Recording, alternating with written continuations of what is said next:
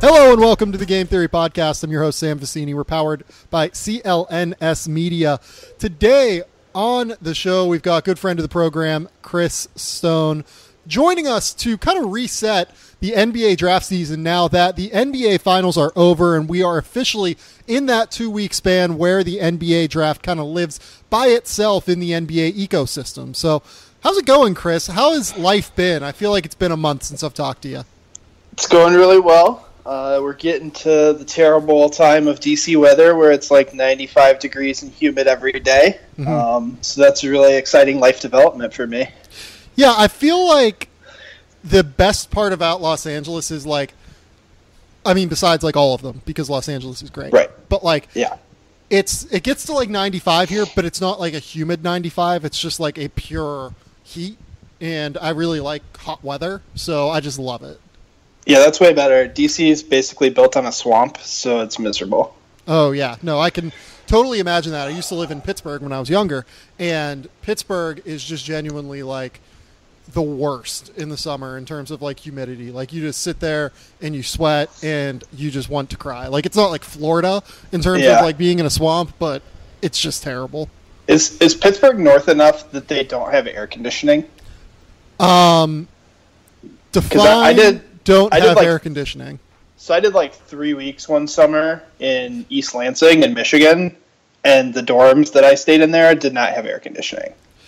So like at all. So like I grew up in a house that was born in house that was built in like 1920 or something. It's like this big, like, 2-story with like a big attic, like house, but it was so old that like it was going to be super, super expensive for my parents to put in air conditioning, right? Because of just like the way that the house was kind of set up. So we didn't have air conditioning, like even like window air conditioners until I was like maybe 15 or so. So like when I was there in the summer, it was just terrible, in terms of the heat. Yeah, you never realize how good you have it. Yeah, no, I mean, like, even in my apartment in Los Angeles, we don't have central air, but we have this big-ass air conditioner that is just... Yeah, that's my same situation. Yeah, it's just, like, beating down on me right now as we talk. And it is perfect. But I'm sorry that you are dealing with Washington, D.C., terrible weather. It's okay. My condolences there. Let's talk about the NBA Finals real quick. I don't really want to get too far into the weeds in this because, like, to me, I thought the Warriors would win in 5 games. They won in 5 games. They did basically everything that was kind of anticipated, and I don't really find it all that interesting. Do you?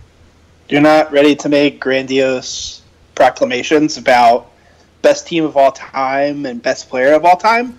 Oh, I think there's like a pretty good argument that these Warriors are the best team of all time. I think so too. Like they are.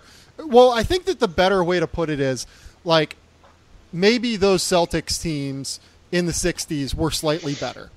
But in today's ecosystem where there are 30 teams competitively vying for all of the top talent every year, I sincerely doubt we will have a situation again where 4 of the top 20 players in the NBA are on the same team. I totally agree with that. I mean, it's a once-in-a-lifetime thing. I think in some conversations with casual NBA people, you have this sentiment that, like, Golden State was a bot team. Like, that they just went out, signed everybody, and, put together this roster. When in reality, like, they just they planned for it well, but, like, they got super lucky. Everybody took a leap, like, after they'd already signed reasonable contracts below their obvious market value now, and the cap spiked, and they were able to bring in one of the league's 3 best players. So I think just from a logistical standpoint, it's not something that can happen even.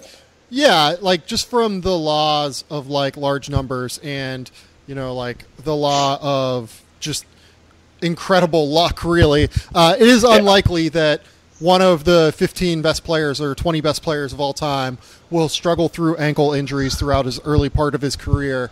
And then you also develop this crazy second-round steal into one of the 15 best players in the NBA. And then you also find Klay Thompson, who not only is like an incredible two-way player, but he's happy to be the 4th best player on the team. And then you have the cap spike on top of that led to them getting Kevin Durant. And then you have on top of that crazy Utah Jazz, Golden State Warriors trade where they cleared the space for Andre Iguodala to come in.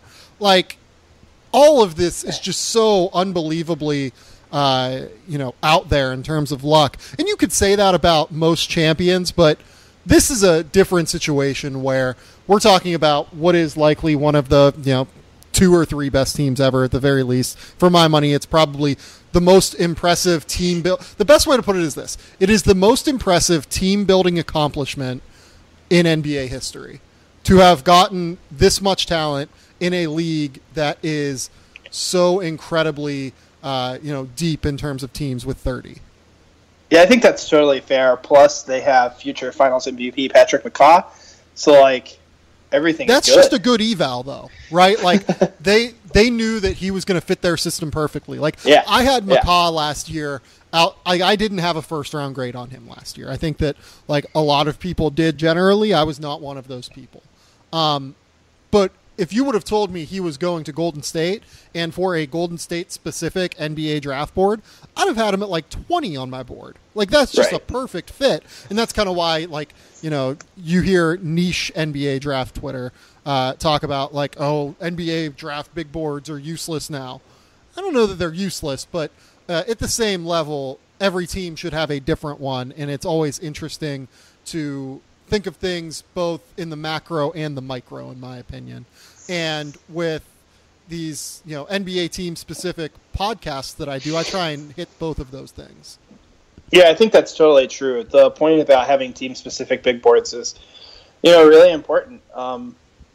Each team has a different system, and I think that one of the things that gets overlooked a lot is how players will fit in certain systems and fit, with the players that they have. I think that in discussions of the draft, it often is just best player available strictly based on upside or whatever metric you have. But in reality, there's a lot of things that factor in to the ability to actualize that upside.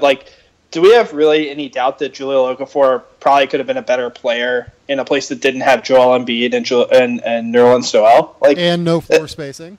Yeah, that just seems obvious to me that there's a scenario and an outcome where that dude ends up as a really good NBA player, even though he has all of these tremendous flaws.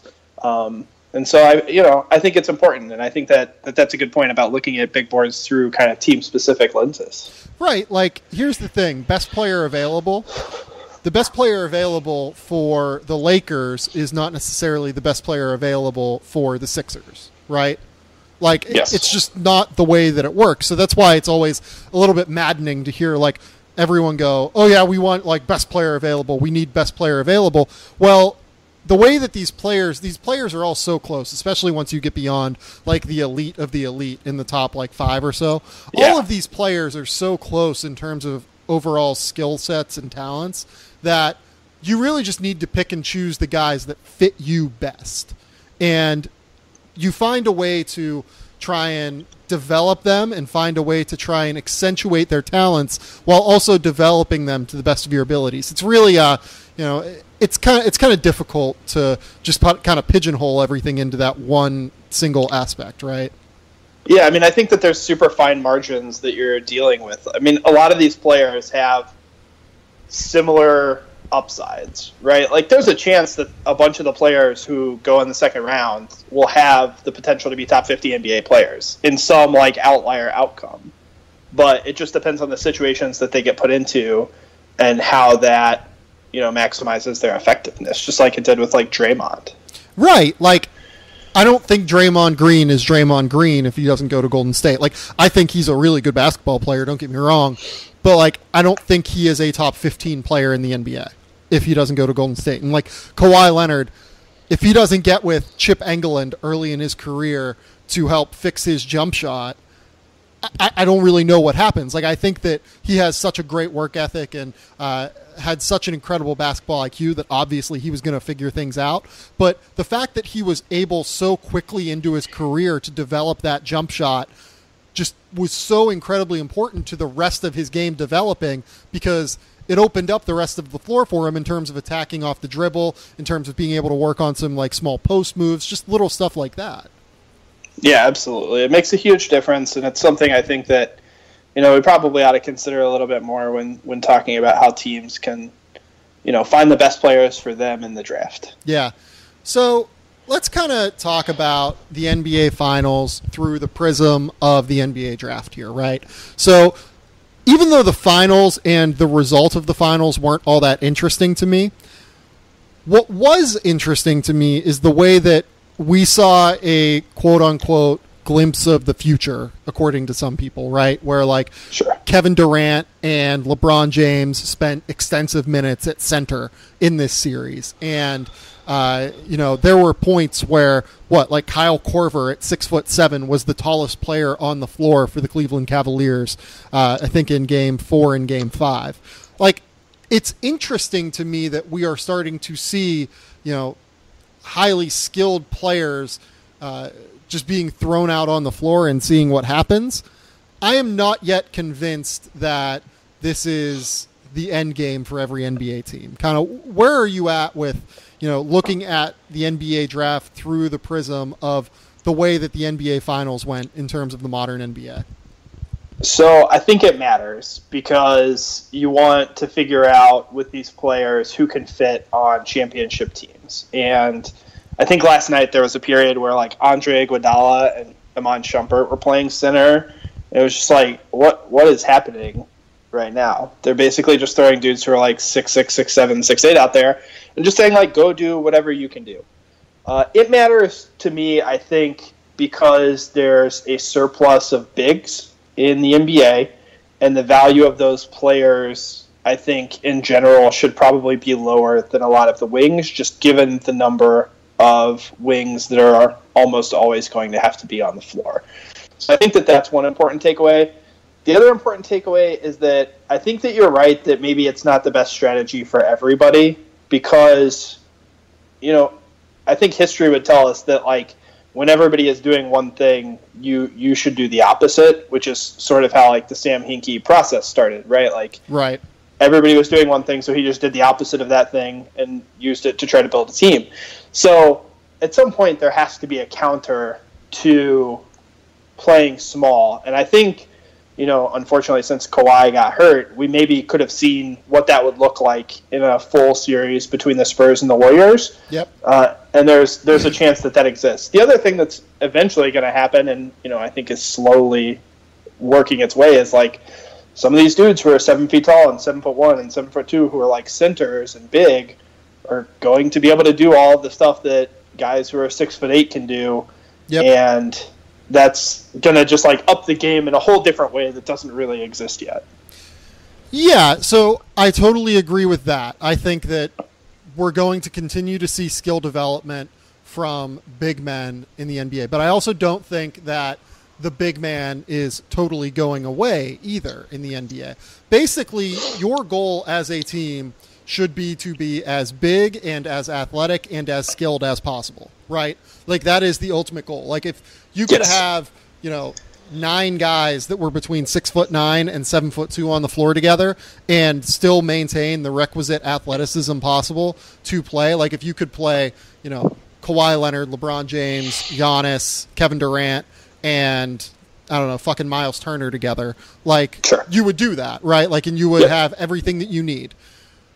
So I still think that having size is incredibly important, and I think that where you're going to see the difference is that, like you said, we're going to see bigger guys continue to be more skilled, and I think that we see this a little bit in this year's draft, right? We see guys like Bam Adebayo, who I think can shoot a little bit more than what he showed at Kentucky, and Justin Patton, who has a theoretical jump shot, and DJ Wilson, who can kind of shoot a little bit, and Andrzej Pasechnik, who can shoot a little bit from the Spanish ACB league. We're starting to see more and more of these bigs, and obviously the best example is Lauri Markkanen from Arizona. We're starting to see more and more of these 7-footers be able to shoot.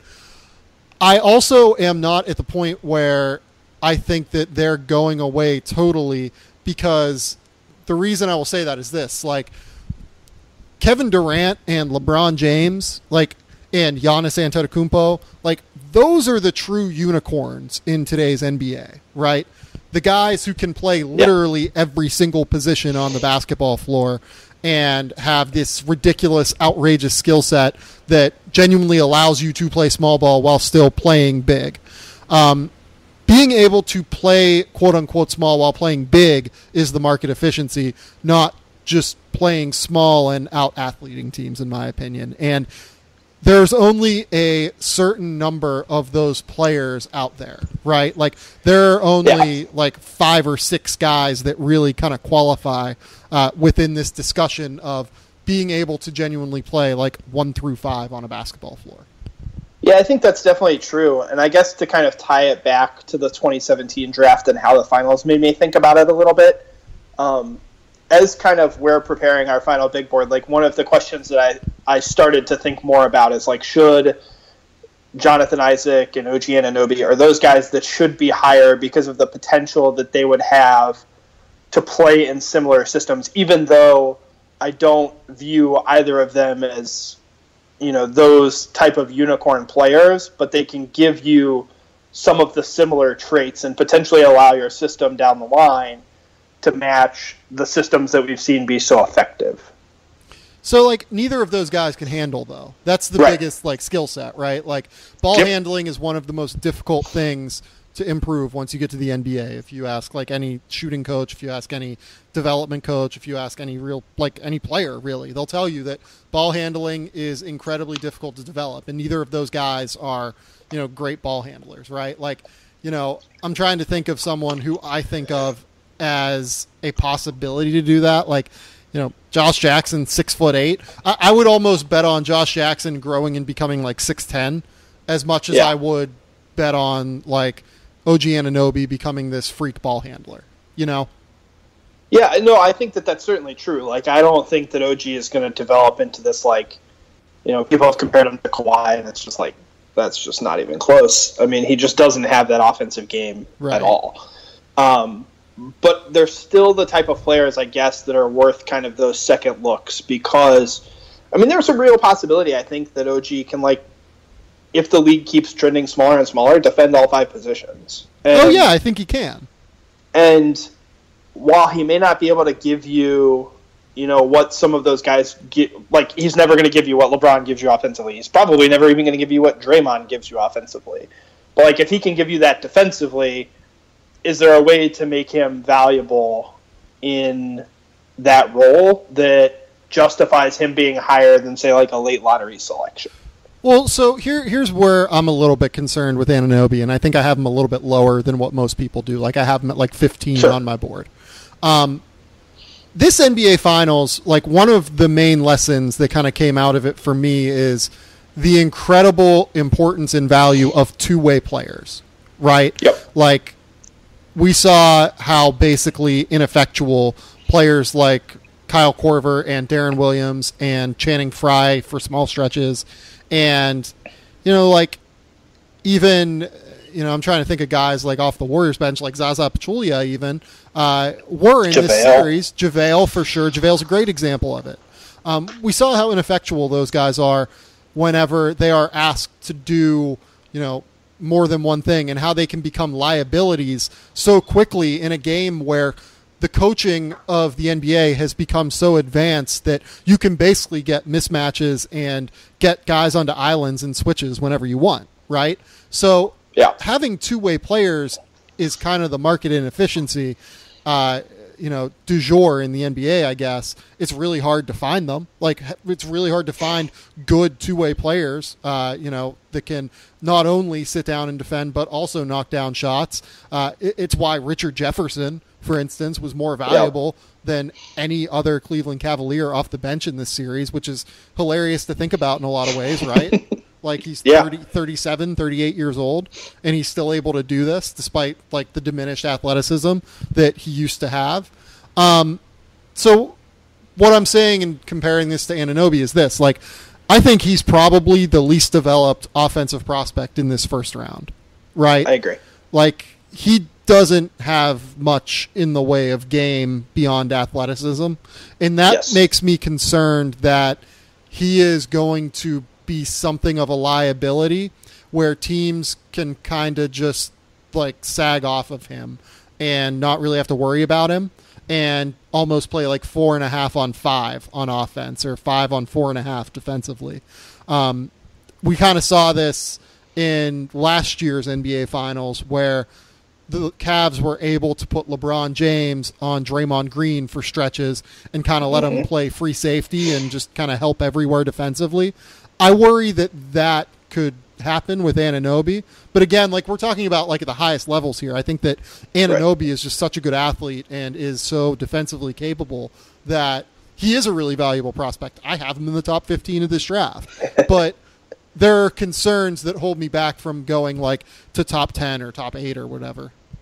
Yeah, I think that's totally fair. It's just one of the things that I guess I would say that the finals caused me to think a little bit more about. And you mentioned the importance of two-way players. Like it's even more important that you find two-way players who are wings because usually teams are rolling out like at least 3 of them at a time now.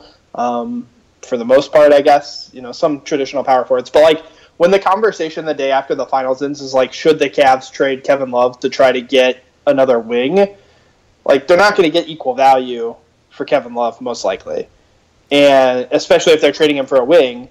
But like that emphasizes the importance of finding good two-way wing players, which I think, at least in our instance, we have Josh Jackson number 2 on our board.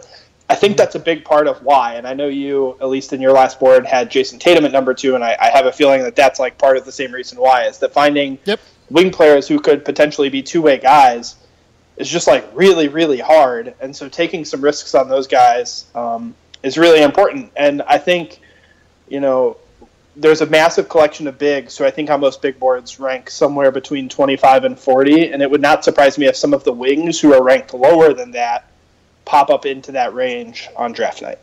Yeah, so I just kind of am rolling through a NBA mock draft update for over at Seth's Draft House, where nice. Seth Davis has decided to do a quick 2-week run of NBA draft coverage since he was let go from Sports Illustrated, and I was happy that he reached out to me and asked me to do a mock draft.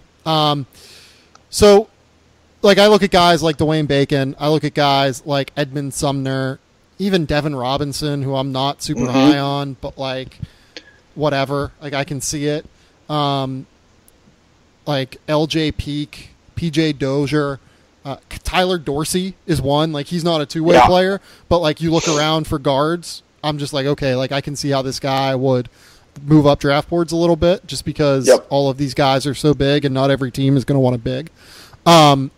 Those are the guys that I think are going to surprise some people in this draft. And, like Frank Jackson has the foot injury. Like if Frank Jackson didn't have that foot injury, I think he would probably go in the first round. I don't know now. Like I think it's more up for debate.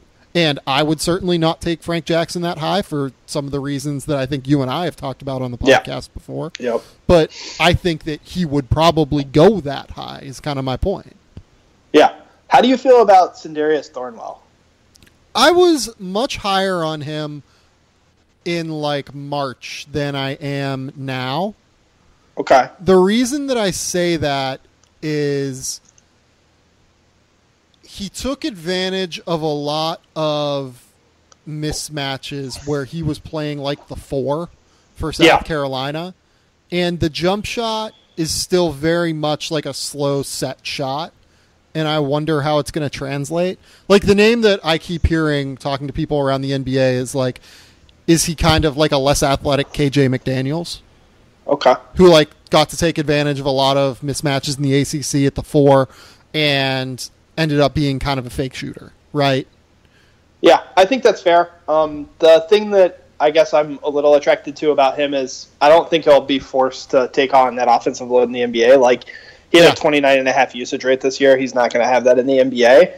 And then, in terms of the fake shot problem, which like certainly is real, but his free throw percentage was like 83% this year. So was a really good shooter when he set. That's what I mean. Like, I guess my hope is that there were some, transformations that were made that make his jump shot a little more viable. But he's somebody who I think like is worth taking a risk on as a two-way player who has great measurables and is a good defender. That kind of fits the mold of what we're talking about of guys who could sneak into that top 40 range. Yeah, no, I don't think that that's a crazy thing at all. To be honest, I think that I just moved him up to like 51, 52, something like that, like something in that range. Sure. He's a good player for sure. And, he was one of the most statistically productive players this year as well. And I think that that's worth pointing out. So, no, I don't think that's a crazy person to take a risk on at all. Like, do I like Josh Hart more than him? Yeah, I like Josh Hart more than him. Do I like how do you feel about him versus Wes Iwundu? I'd probably take Thornwell over Iwundu. I trust Thornwell's jumper more. I trust his measurables a little bit more. I watch a lot of Big 12 basketball, and I never really came away super impressed with Iwundu. Yeah, I wish that he was a little bit better defensively than he actually is. Yeah. I always come away slightly unimpressed with him when I watch him on tape, for what his measurables are. And at 6'7" with a 7'1" wingspan and just the freakiest body that, is in this draft outside of maybe OG Anunoby. I wish that there was more in terms of defensive, sample that is strong there. But I think that you're probably right also in that, I don't know. He's a tough one for me because he's so skilled with the ball. He can pass a little bit. He can play a little bit of point guard. Thornwell is probably a little bit better, but it's just tough for me. I can't really wrap my head around those two right now. Yeah, and I mean, I certainly wouldn't have anybody. I wouldn't doubt anybody who was willing to take a risk on Iwundu in the range that we're discussing. That's a perfectly fine player to pop into that range and say we just have to find two-way wings. It's really important for us to take some shots on these guys. Yeah, no, absolutely. So let's kind of talk about this mid-range of the draft with these big men. Do you think that some of these guys fall? Everyone is just kind of talking about oh yeah, it's for sure that, Ike Anigbogu and Bam Adebayo and Justin Patton and, ex-big man du jour, TJ Leaf, Jared Allen, 100% that all these guys go in the first round. What do you think of that? I tend to think that they do not all go in the first round. I don't think there's any chance they all go in the first round. There's just so many big men in the league already. Next year's draft is also full of big men who are way better than the big men in this draft. Are they, though? The top end? Yeah, the top end, yeah. You're right. The guys who are going to be lottery picks next year, obviously. Mo Bamba is more interesting. Yeah. And I realize, that's kind of cheating comparing them to this group, but, sure. I don't think that this group is particularly inspiring. Yeah, DeAndre Ayton, Robert Williams. Right.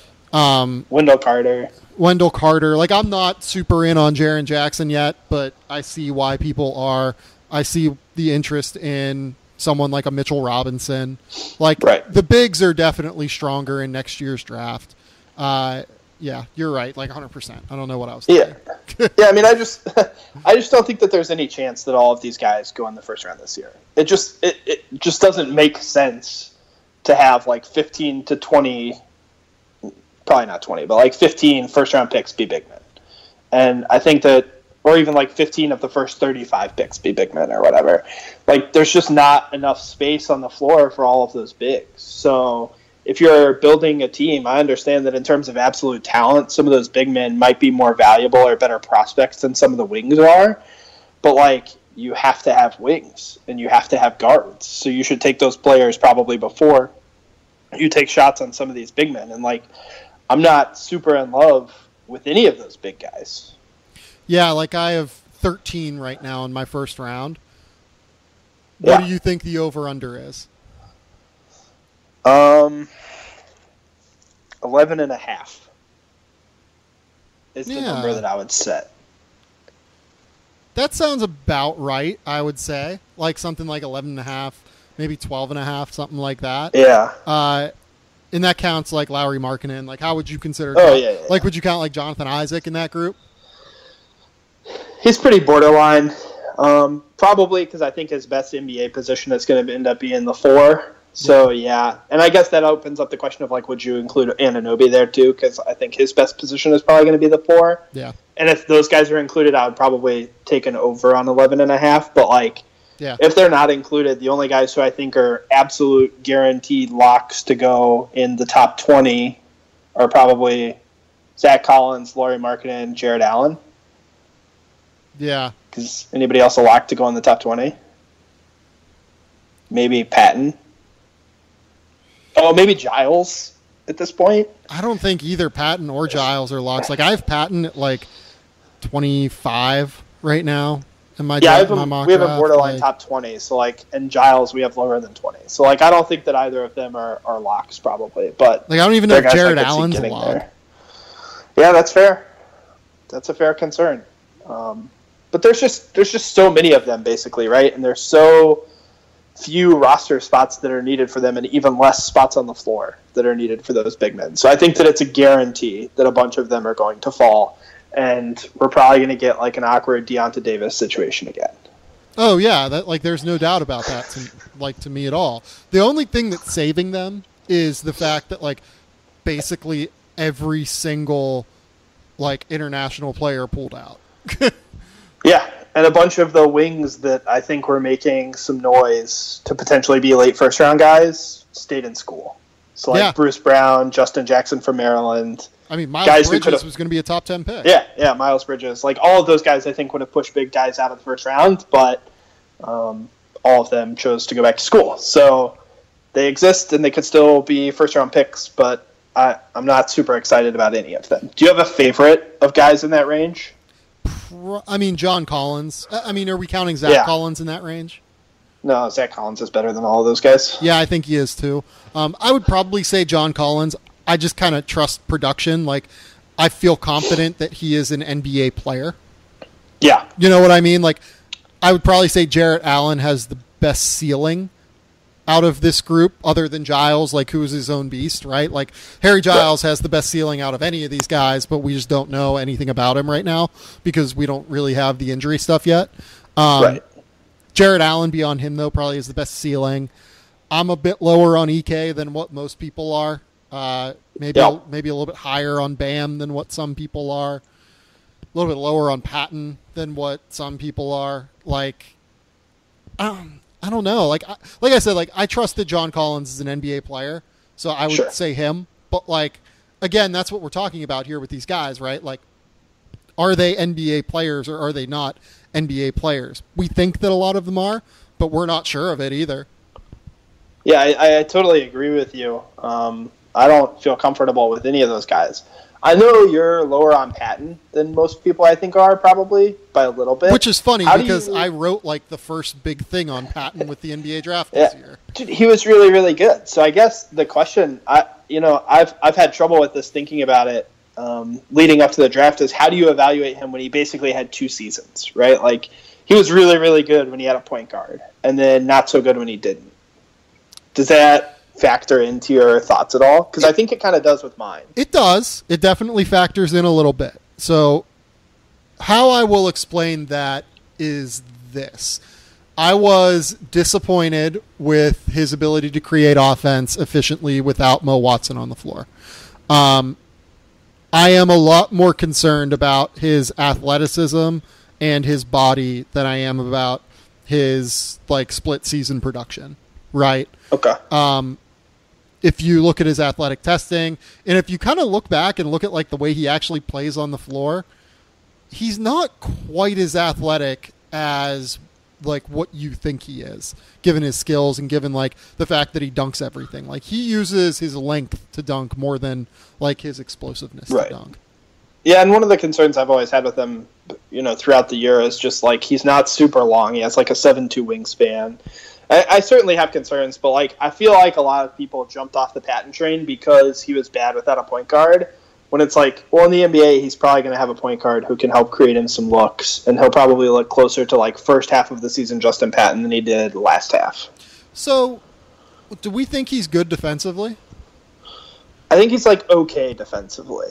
I don't think that there's any chance that he's going to be like an elite defensive player, which is part of the reason why I think we've moved him down from somebody who we had potentially in the late lottery down into like the late teens or 20s. Like, do we think he can like not get played off the floor in screen and roll? Yeah, I mean, I'm willing to be optimistic about that. I think he moves laterally okay. Yeah, I'm just a little bit worried about the body long term. Oh yeah. It's not great. I'm a little bit worried about the explosiveness long term. Like, he moves okay laterally for a college player. I don't know. Like, the other guy that like seems to be quote unquote rising due to quote unquote good workouts is Tony Bradley. Love a good workout. Yeah.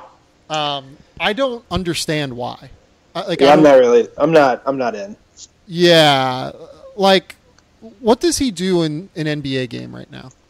Rebounds, maybe. Right. that might be about it. Like, why would you take? That's the skill I'm least interested in because you can find rebounding. Yeah, right. Like better players. So, like, why would you take him over Caleb Swanigan? They're both super slow and going to get played off the floor, right? Like in pick and roll, but at least Swanigan has like a shit ton of offensive skill. Yeah, I totally agree. I'm not. And they're like the same age at all. Yeah, like yes. And they're like the same age. Like I don't know. Like I don't get the Tony Bradley thing. Like, if you told me that he went like 50th, I would probably buy it. I was just about to say that Tony Bradley is currently 50 on our big board. Yeah, like if there was one guy that you told me like that is a consensus like, first rounder or like top 35 pick or whatever, who would not get drafted, it'd probably be Tony Bradley for me. Yeah, I think I definitely agree. I would rather take a shot, and this is maybe a little crazy, but I would rather take a shot on somebody like Jonathan Motley, who has like a 7'4" wingspan. I think is probably a better lateral athlete. Definitely a better lateral athlete. Can shoot. Can probably block some more shots. Can shoot a little bit. Average like 3 assists per 40 or something. So he's like a decent passer. Like, that's a guy to me who screams way more modern big man than Tony Bradley. Like, would you take Cameron Oliver over Tony Bradley? I think so. Yeah. Like, that's more the range for Bradley for me than, like, up near John Motley and, like, Lesor and, even Ivan Rabb. Like, I'm not super high on Ivan Rabb either, and I would still take Rabb over him because I trust, like, they're both rebounders, but I think Rabb is a lot more polished and a lot more skilled. Yeah, I totally agree with that, I think. All right, we've gotten a little bit into the weeds here in terms of our draft boards.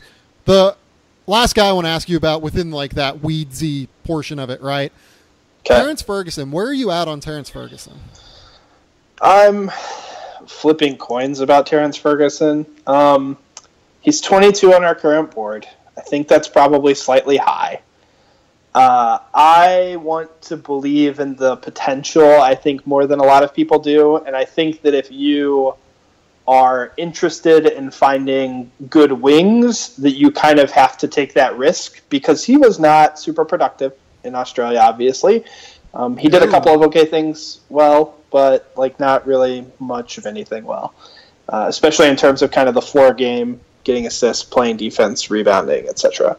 But if you want a wing in the draft, like, you probably have to take a risk on him somewhere in the 20s, and I don't think you're super happy about it.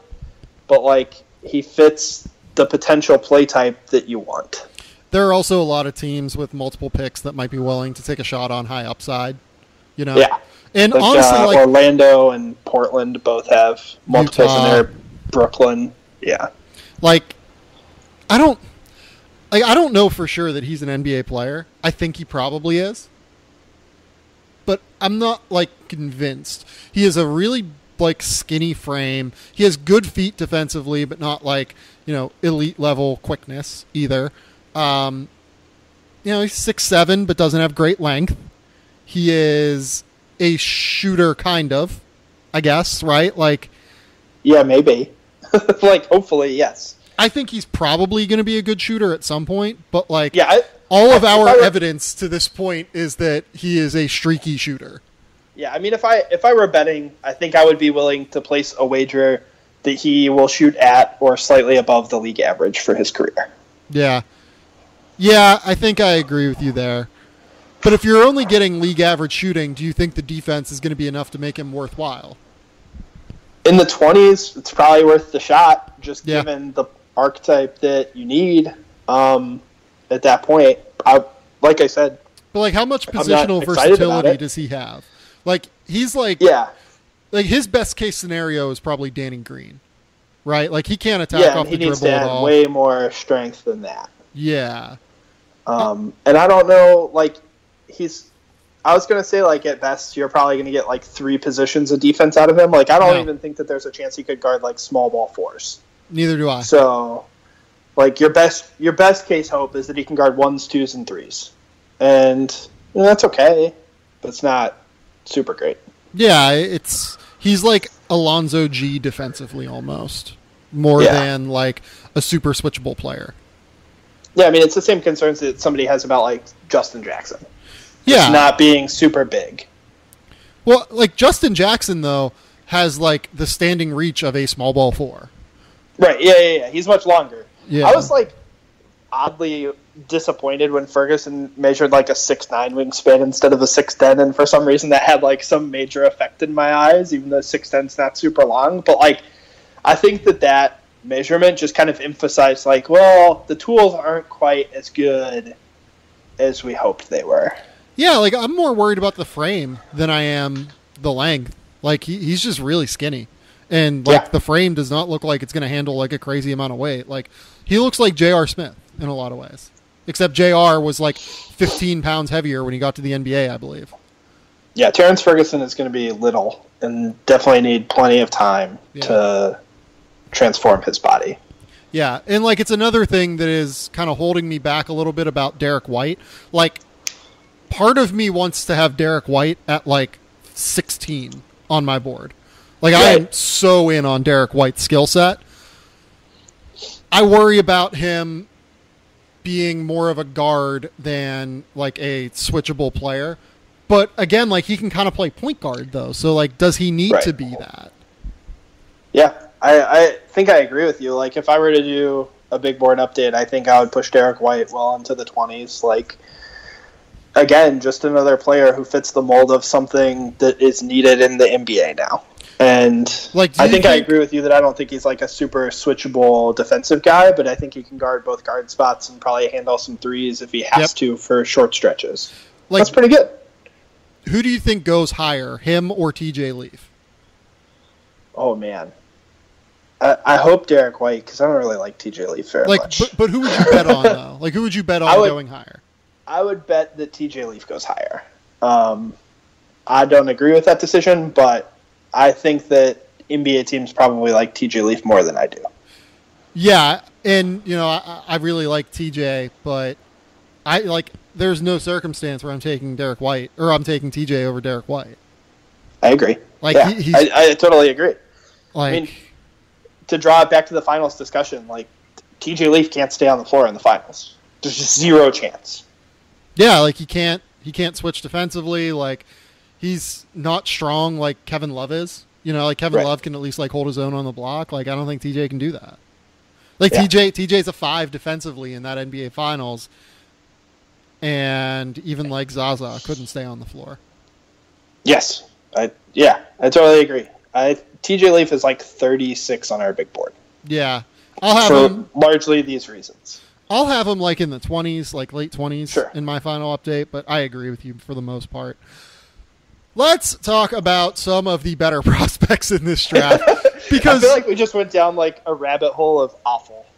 We kind of did a little bit. And the way that I'm going to kind of frame this part of the discussion is,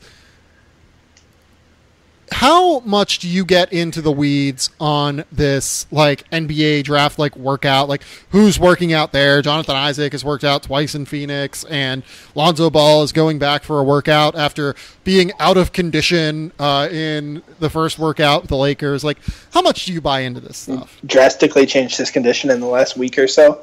Not really at all. That was the most maddening storyline I think I've ever heard. Like, well, Josh Jackson's back for number 2 today or tomorrow, whenever it is. Yeah, he was there today. I think Lonzo's there, like, later this week again. Like, what the fuck are we even talking about?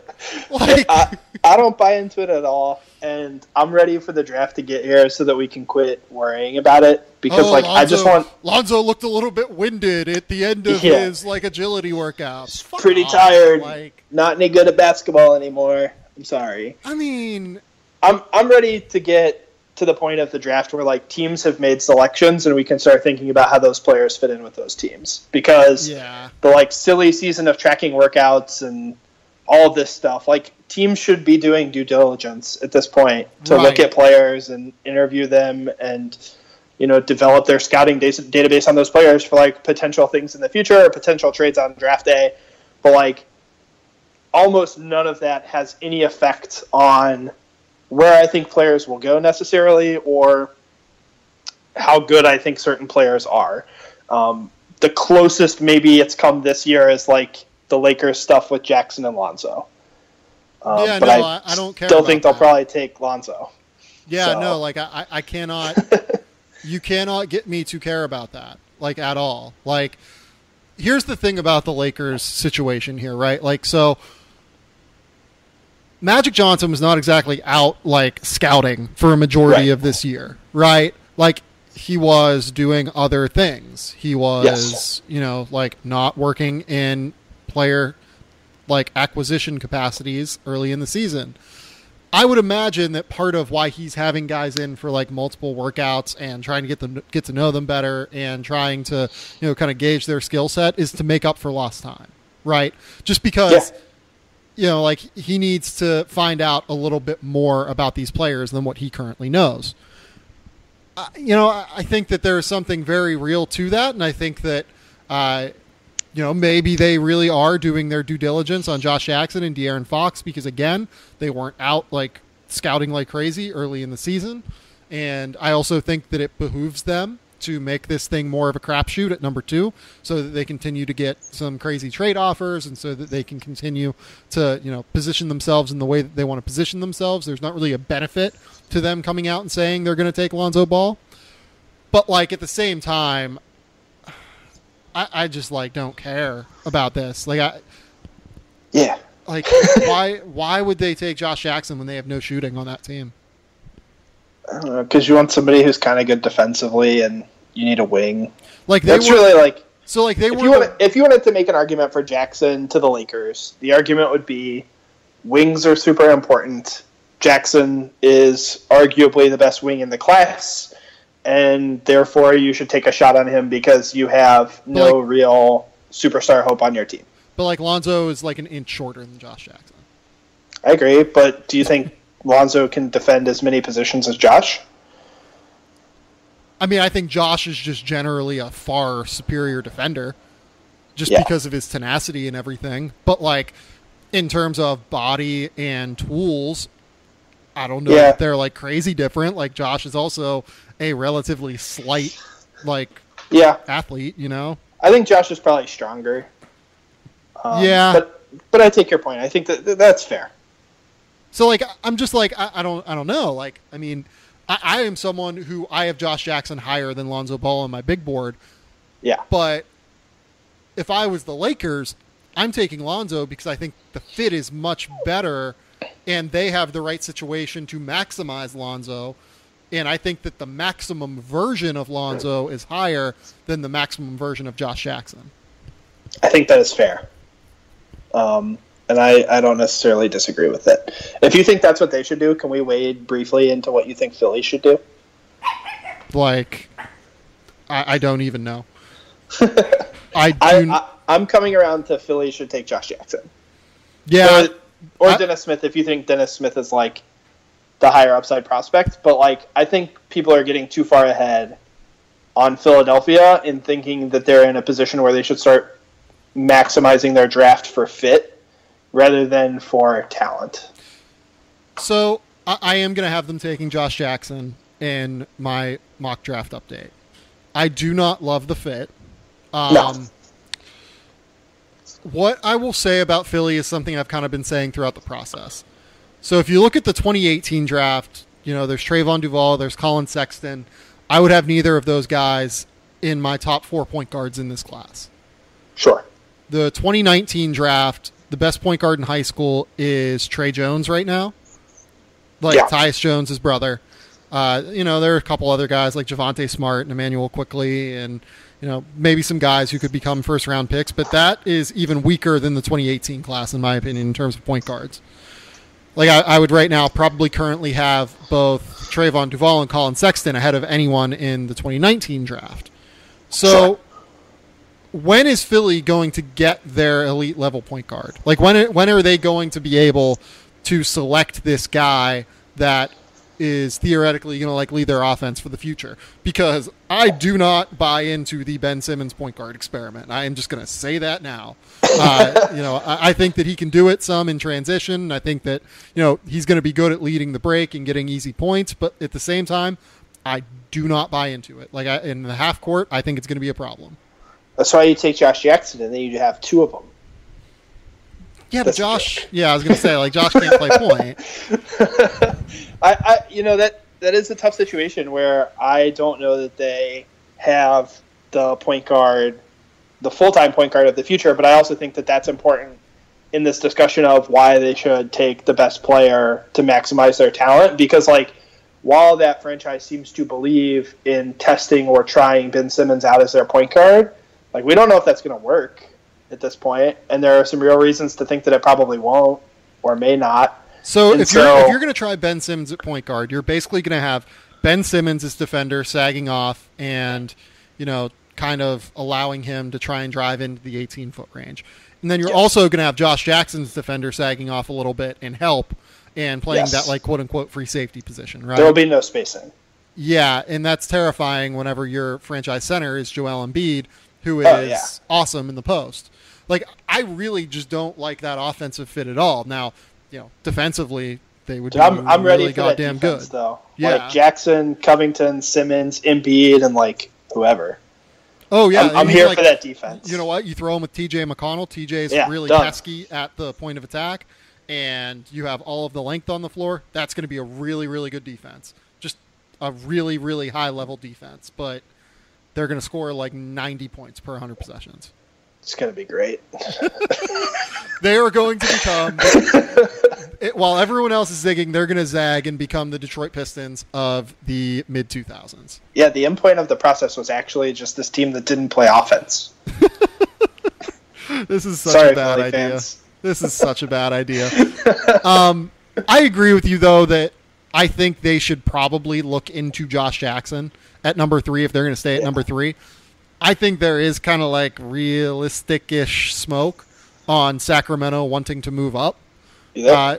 I do. I don't think they're going to trade like 5 and 10 for number 3, but like I think that they will consider like doing whatever they can to move up. And like their goal right now is basically to try and get the best guard that they can. I think like they want the absolute best guard that they can find in this draft. Whoever that is, Lonzo Ball, De'Aaron Fox, they're bringing in Markelle Fultz for a workout. Like maybe they're going to try and do something with Boston in a trade. That seems short-sighted from Boston's point of view, but okay. Like they do seem like they're just going to lock in on the best point guard available. Yeah, I think that's probably about right. And like I think it's a smart move. But like if you're Philly, I think it makes sense to try and get like. So, like, if you could do number 5 and Bogdanovich for number 3, would you do it? I mean, it depends who's there at 3. Like, if Lonzo's there at 3, definitely no. No, let's assume it's Fultz and Ball 1-2. And you could get Bogdan and number 5 for number 3.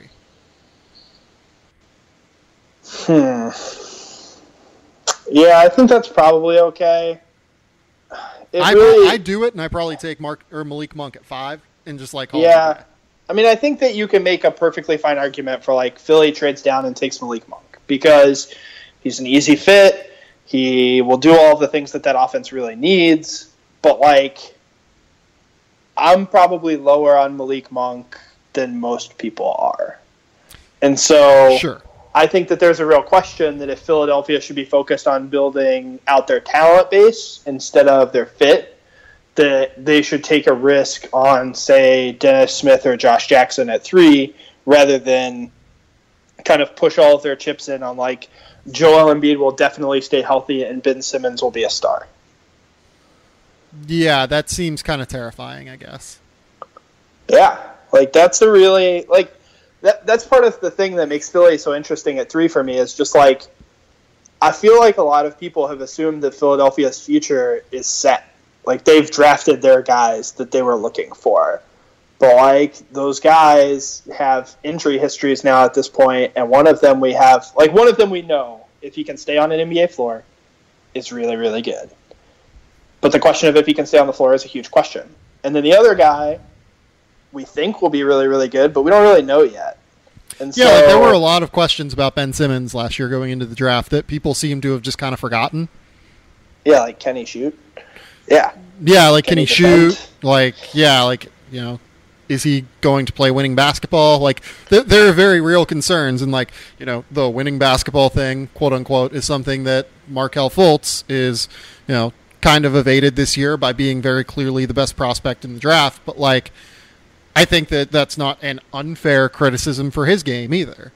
Yeah, and it's true of Dennis Smith. Yep. Like, those criticisms exist for both of those guys, or, well, all three of those guys in this case. And so I don't know that if I'm Philly, I'm super amped about trading down and getting someone who, in my opinion, and maybe not in their opinion, is most likely to be a three-point shooting role player, no matter how good that three-point shooting role player is. I think Monk's probably... That scares me. I think Monk's more than that, but I understand your concern. Like, I think he will average 20 points a game in a season in That's the NBA. fair. Like, I believe in him being able to create his own shot and being able to get points in transition. Just do. Yeah, that's a totally reasonable outcome for him. That, like, if he did that, it would not surprise me at all. Yeah, it's totally a thing that he could do.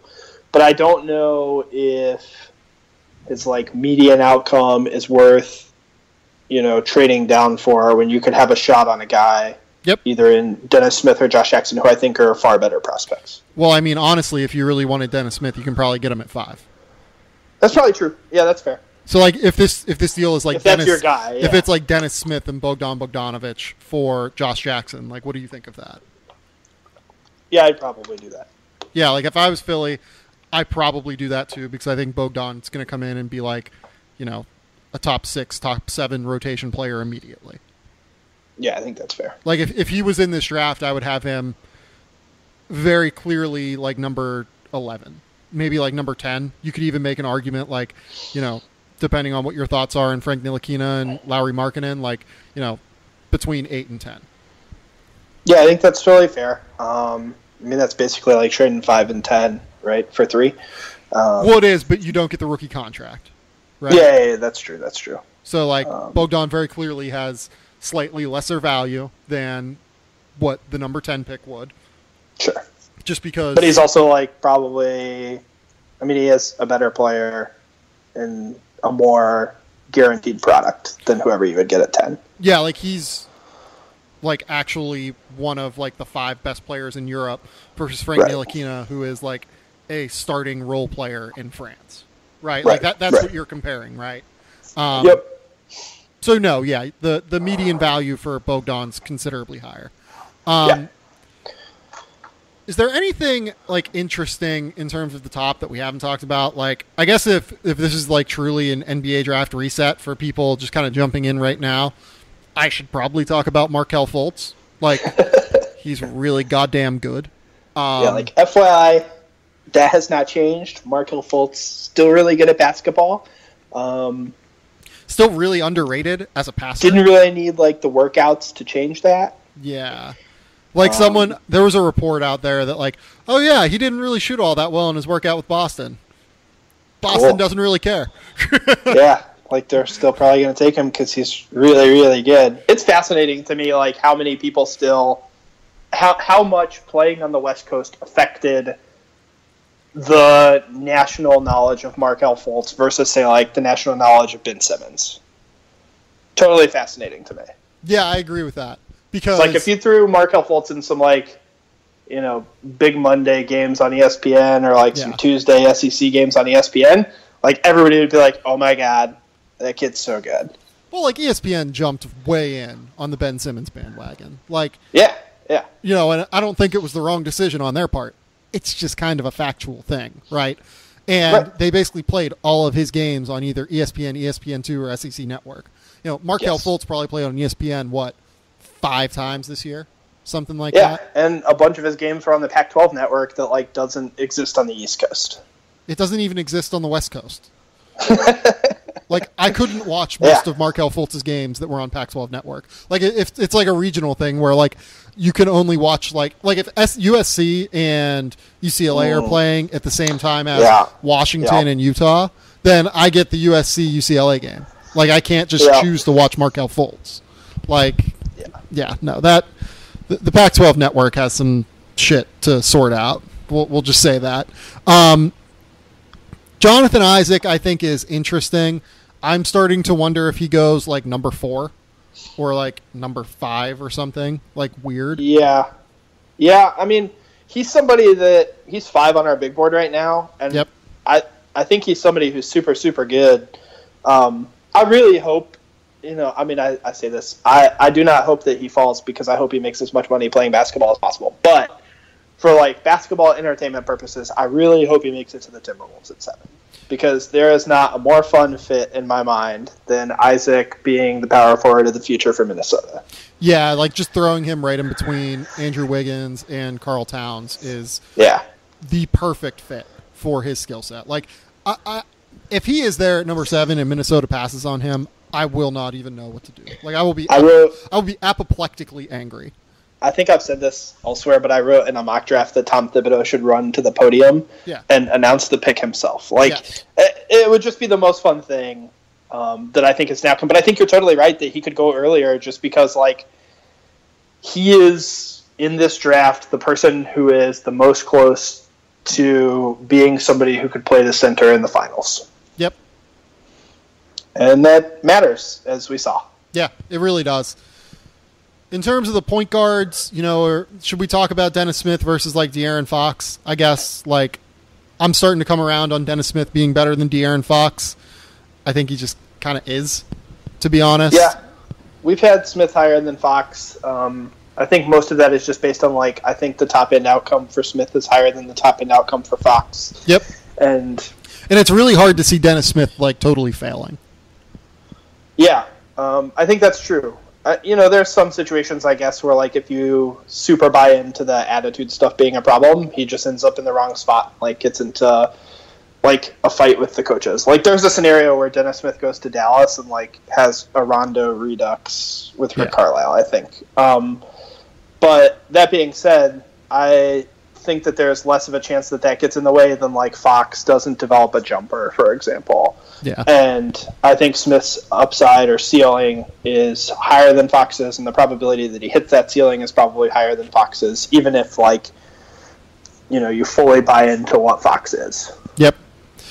Who is your favorite player in that middle portion of the draft?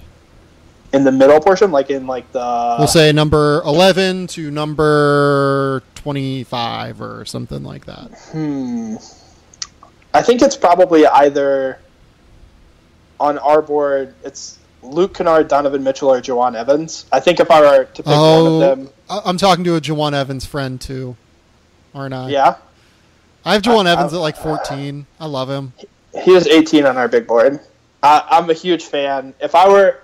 Like, I don't know that he will go 11 to 25, but he probably is my favorite player in that range. Like, that dude is just awesome. He's so good in pick and roll. Breaks down defenses like crazy. I think he can probably shoot it. We need to see some more like 3-point range out of him, but like that kid's just awesome. He competes really hard. Like he brings kind of everything to the table. Yeah, like he is like I talk about like Josh Jackson being like a motherfucker attitude guy, right? Like that's Jawun Evans too. Yeah. Like they're the exact same in that regard. Jawun is just 5'11" with like a 6'6" wingspan. Yeah, but he's gonna like fight every dude on the court. And it's gonna be awesome. And it's great. Like he gets separation better than any point guard in that like non-elite tier. I mean, he gets better separation than like Lonzo Ball too. Yeah. But like also he has great feet in the pick and roll. Really good floater game, really good passer too. Like he has everything that I look for in a modern point guard except for the size and the vertical explosiveness. Yeah, like I just can't get over the fact that like that dude produced the number one offense in the country. And I say that dude produced it because he had like a 33% usage rate and a 44% assist rate or something ridiculous like that. and like most people could not name the second or third best players on that team. And like that really speaks volumes to how good of a player he is as an individual, with how much he elevated the games of those guys. Like one of those dudes was somebody who was a fifth-year senior who Oklahoma State signed so that they could also get Marcus Smart. Yeah. And like another one of those dudes is Jeffrey Carroll, who went from being like 4-point-per-game guy to like 17-point-per-game guy because he got so many open looks from playing with Jawun Evans. Yeah, and he'll totally be like a potential NBA prospect next year, probably. But like, maybe maybe. Like he could be a second-round dude as a 6'6" wing who can shoot. Like I'm interested, but like even then, like most people wouldn't know who he is. And Jawun Evans took those dudes and turned them into the number one offense in the country, and I think that speaks volumes about how good that kid is. Yeah, no, I totally agree. In terms of like, I would imagine that's the player you're higher on than consensus, right? More than anyone else. True. Yeah, and I'm the same way with Evans. The player that I think is probably the best in that range now, I was a little bit resistant to Donovan Mitchell, like as a prospect. Yeah. And I think part of it is because, again, like I wrote like the first thing on him. Like I wrote like about him being an NBA prospect in like August. Right. And I was like, I tend to be like, yeah, I really like them. I think they're first round picks, but then I like wonder if like the hype goes off the train, like off the rails whenever, things start to get going. He's just really good. He can create off the dribble a little bit. He can shoot. Like, I think the jump shot's pretty good, even if it's not great. Defensively, he is just awesome at being that, like, freak center fielder who gets his hands everywhere and just, like, creates transition opportunities. I think that I have, like, it's between him and Luke Kennard for me. Like, I'm really high on Kennard, too, because I think he's going to be able to play a little bit of point. But, like, man, it's just hard for me to get past, like, Donovan Mitchell now. It is. Yeah. I mean, there's a huge benefit to him of, like, we started this by talking about how important two-way guys are, and Mitchell, I think, is almost certainly bound to be a two-way guy. Yeah. And that's super valuable. Yeah. The last thing we should talk about here, the international class, it's a disaster. There's not really another way to put it. Frank Ntilikina is the best. We haven't really talked about him yet. 6'5" guy that's like 170 pounds, has like a 6'11" to 7'1" wingspan. Lot of defensive ceiling for sure. Offensively, I think there are still some major questions in terms of, is he going to be a point guard long term? Does he have the ability to get separation in pick and roll and in drives to the rim? Good passer, not like this hyper elite passer. He's smart in the pick and roll, but like he's again not super explosive yet, either vertically or in terms of first step. All of this could totally change by the time he turns like 20, because he has an outrageous frame that looks like it's going to continue to put on explosiveness and strength, but like we don't know that yet either.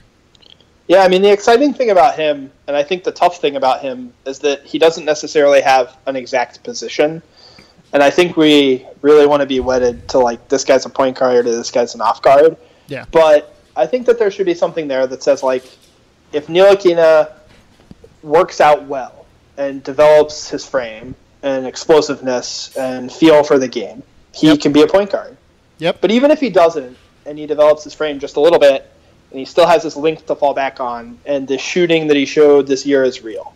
Like, he can just be a 3-and-D shooting guard with, like, a little bit of creation ability. Like, that's still really good.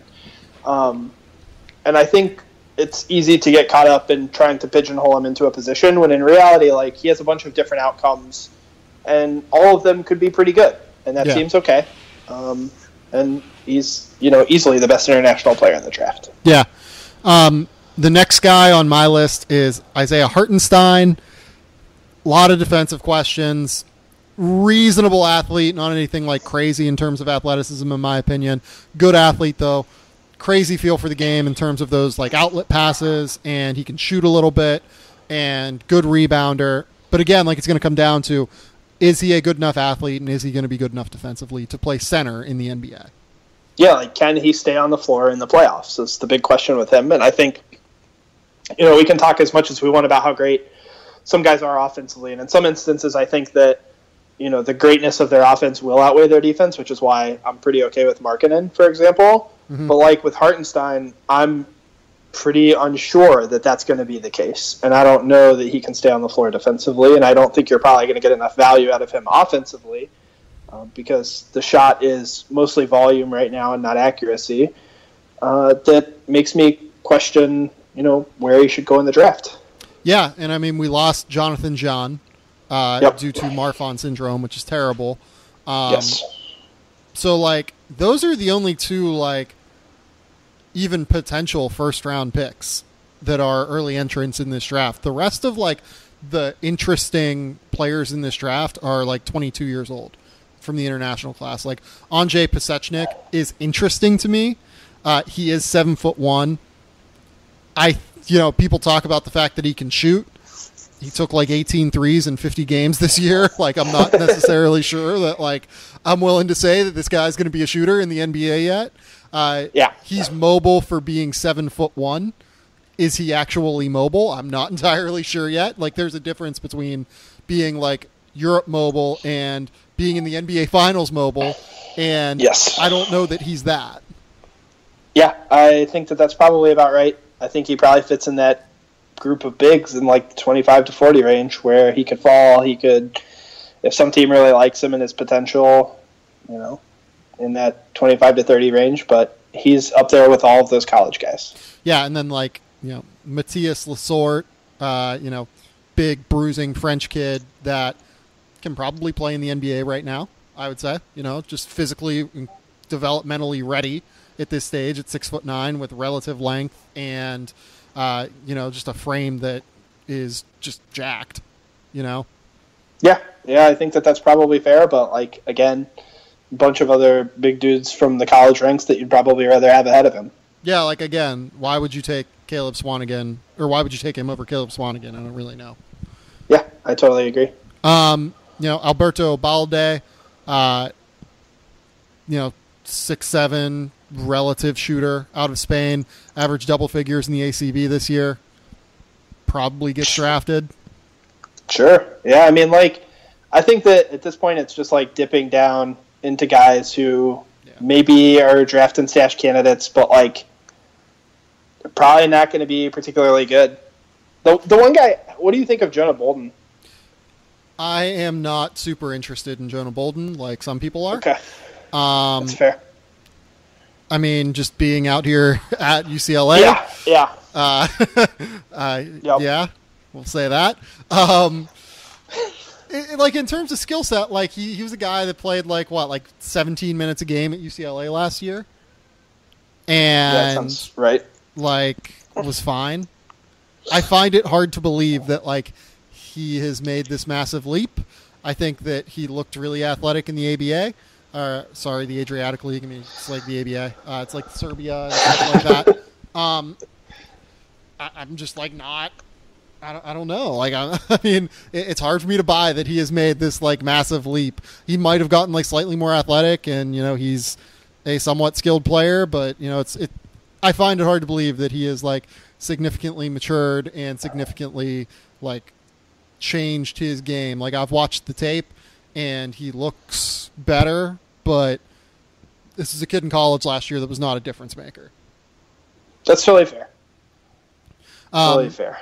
I mean, the two guys that I like that are like semi-interesting, Ognjen Jaramaz from Serbia, just was the MVP of the Adidas Eurocamp.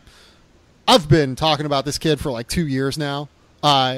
He's just so goddamn fun on a basketball floor. Like, does some wild ass shit.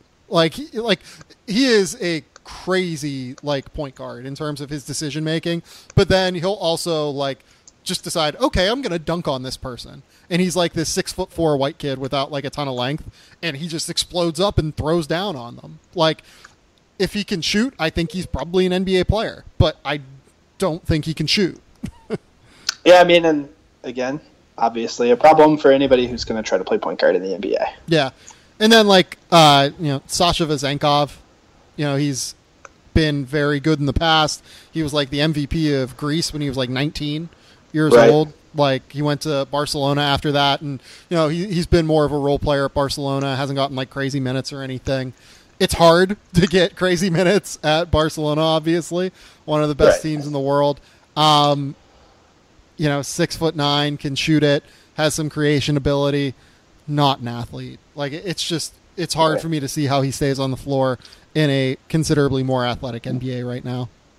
Yeah, I mean, you're really just hoping that you get some guy who can play some small ball power forward and shoot. Like, you know, there are a lot of those guys. Yeah, like, he has, like, a lot of, like, Papa Nicolau to his game. Lovely. Yeah, I mean, I don't think that there's anybody in this international class outside of Ntilikina that super excites me. Yeah. I'm not really interested in basically any of them as, you know, guys that I think are going to be more than potential role players. Yeah, I mean, I think the best way to, like, say that is there are, I believe 10 early entrants this year from the international class. And, like, maybe half of them are draftable. And one of the best ones just withdrew. Well, multiple of them. I mean... Yeah, true. Like, Rodions Kurucs, like, he would have been a first-round pick, probably. Probably. Nick Slavica is interesting. He's 6'9" and athletic and can pass a little bit. Arnolis Kolboka is a guy that I really like. I think that, you know, if I was running a team, I would probably give him a shot in the first round, like at number 30 or number 27 if I had multiple first-round picks. He's 6'10" and shoots the absolute shit out of the ball and then can also create off the dribble a little bit. Kostya Mushidi is another guy, 6'5", 7'1" wingspan, has like the standing reach of Jordan Bell at 6'5", which is really interesting. But like, you talk to people around the NBA and you talk to people who've seen him a ton, like, it's hit or miss. Like, his body is terrible. I mean, like, it's going to be hard for him to make a play in the NBA. But like, I don't know. I mean, when you lose all those guys, like, all those guys would have been draftable at least. But now we don't really have those draftable players. Yeah. And now we get to think about them for 2018 instead of 2017 and, you know, talk about them again next year. It'll be, you know, maybe some of them will get better and push themselves into positions where they weren't this year. Yeah. Chris, what do you got coming up, man? I'm doing a mock draft on Thursday where I'm attempting to find the worst possible pick for every team. That's amazing. Given everybody on the board, or, you know, the worst decision that each team could make. So we'll see. Like the worst realistic decision. Oh, yeah. So, like, for example, like, the Celtics are going to take Markelle Fultz. But, like, what is the worst thing the Celtics could do if they take Markelle Fultz? Probably trade him. So, I'm working my way through that right now. It's getting a little tough near the end of the first round, but I think it's going to be super fun. So that'll be out on Thursday, and then we'll drop a new big board probably early next week. And then it will be draft time. Chris, yes, thank you for coming on, man. Tell the people where they can find your work on Twitter real quick. Sure, they can find me on Twitter at CStoneHoops. This has been the Game Theory Podcast. Please remember to rate, review, and subscribe to the show. It really helps us move up in the iTunes rankings, which is a great help to getting the word out about the show. We'll be back either Thursday or Friday. I might try and grab a guest for tomorrow to try and get through these team previews. If not, you will definitely have a podcast on Friday. I have an awesome guest that is just one of my favorite human beings out here in Los Angeles to come on and talk about one of these teams.